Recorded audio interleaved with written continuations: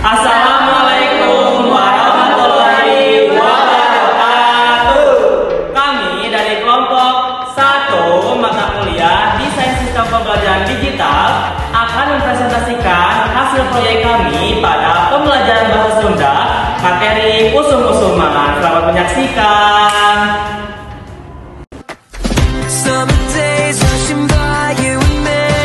Assalamualaikum warahmatullahi wabarakatuh. Oke, kalian sudah mendengarkan penjelasan nanti kalian muncul? Ada. Nah, klik contoh.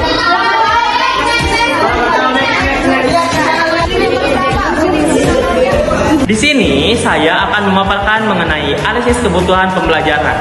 Berdasarkan hasil analisis awal, peserta didik sebenarnya sudah mengetahui musim dan juga kehidupan sehari-hari.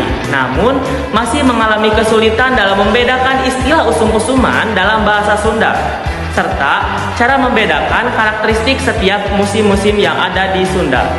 Selain itu, pembelajaran yang masih bersifat ceramah membuat siswa merasa kurang aktif dan juga masih bersifat monoton. Padahal, karakteristik siswa SD sangat menyukai aktivitas pembelajaran yang melibatkan visual, permainan, dan juga kerja kelompok. Maka dari itu, dibutuhkannya sebuah pembelajaran yang berpusat pada peserta didik yang memanfaatkan media pembelajaran digital yang interaktif, serta mampu meningkatkan keterlibatan dan juga pemahaman konsep pembelajaran secara bermakna. Baik, di sini saya akan menjelaskan mengenai rangkaian pembelajaran dari mata pelajaran bahasa Sunda dengan materi usum-usuman. Nah, alokasi waktu yang digunakan yaitu 2 kali 35 menit atau setara dengan 70 menit. Adapun model pembelajaran yang digunakan yaitu cooperative learning dengan tujuan pembelajaran yang disusun yaitu melalui pengamatan PPT, peserta didik itu dapat memahami jenis usum-usuman yang ada di Indonesia dengan tepat. Nah, selain itu juga melalui TTS digital, peserta didik itu dapat menyebutkan usum-usuman di Indonesia dengan benar.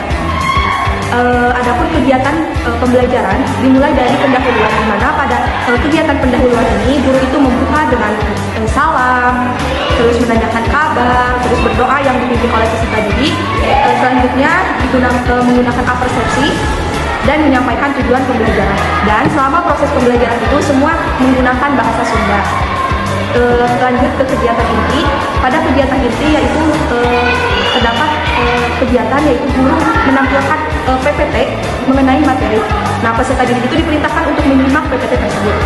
Setelah itu peserta didik diperintahkan untuk mencatat hal-hal penting yang telah dipelajari.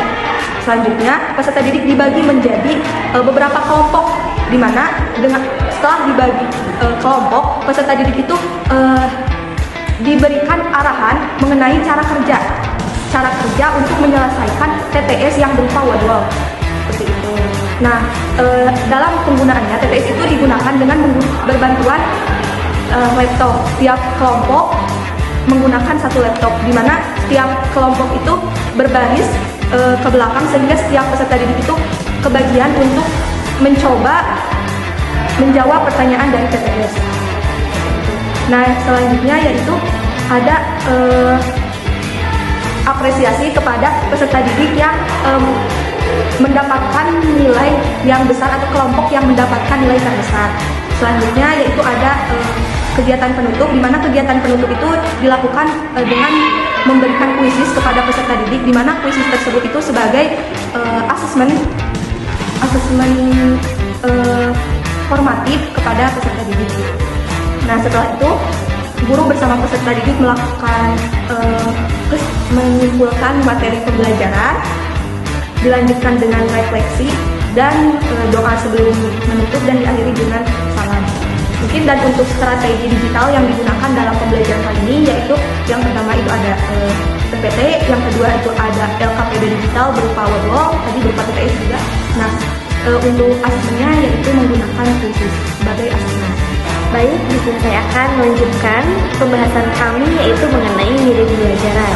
Nah, adapun media pembelajaran yang kami gunakan yaitu yang pertama menggunakan media PowerPoint, yaitu untuk menyampaikan materi dari usum-usuman bahasa Sunda yang akan kami jelaskan kepada para siswa. Nah, media yang kedua yaitu menggunakan word wall, yaitu dalam bentuk teka-teki silang, di mana media ini digunakan agar peserta didik itu bisa memahami dan juga menghafal kosakata yang mereka telah pahami dengan cara bermain, sehingga bisa dilihat dari keaktifan mereka, kerjasama mereka, dan juga sejauh mana mereka memahami kosakata yang telah kami gunakan. Oke, selanjutnya ada bagian rancangan asesmen digital. Pada bagian ini, kami menyusun rancangan asesmen digital yang digunakan untuk mengukur pemahaman peserta didik terhadap materi usum dalam mata pembelajaran bahasa Sunda. Asesmen ini dirancang dalam bentuk pilihan ganda dan dilaksanakan secara digital menggunakan platform seperti Quizzes. Asesmen terdiri dari 5 soal, yaitu disesuaikan dengan indikator pencapaian pembelajaran. Setiap soal dirancang untuk mengukur kemampuan peserta didik dalam mengenal jenis-jenis usum, ciri-ciri masing-masing usum, serta pemahaman makna usum dalam kehidupan sehari-hari. Indikator yang digunakan meliputi kemampuan mengidentifikasi usum K3, menjelaskan fungsi usum tandur, menentukan jenis usum berdasarkan arah angin, mengenali ciri khas usum hiji, serta memahami makna usum paceklik. Bentuk soal pilihan ganda ini dipilih karena sesuai dengan karakteristik peserta didik di sekolah dasar, mudah dipahami, serta efektif digunakan dalam asesmen digital. Setiap soal memiliki satu jawaban benar dengan skor 10 untuk jawaban benar dan 0 untuk jawaban yang salah. Melalui asesmen digital ini, guru dapat memperoleh gambaran awal mengenai tingkat pemahaman peserta didik terhadap materi usum, sekaligus memberikan pengalaman pembelajaran yang menarik, interaktif, dan sesuai dengan perkembangan teknologi pembelajaran. Nah, yang terakhir mengenai instrumen penilaian dan juga hasil uji coba.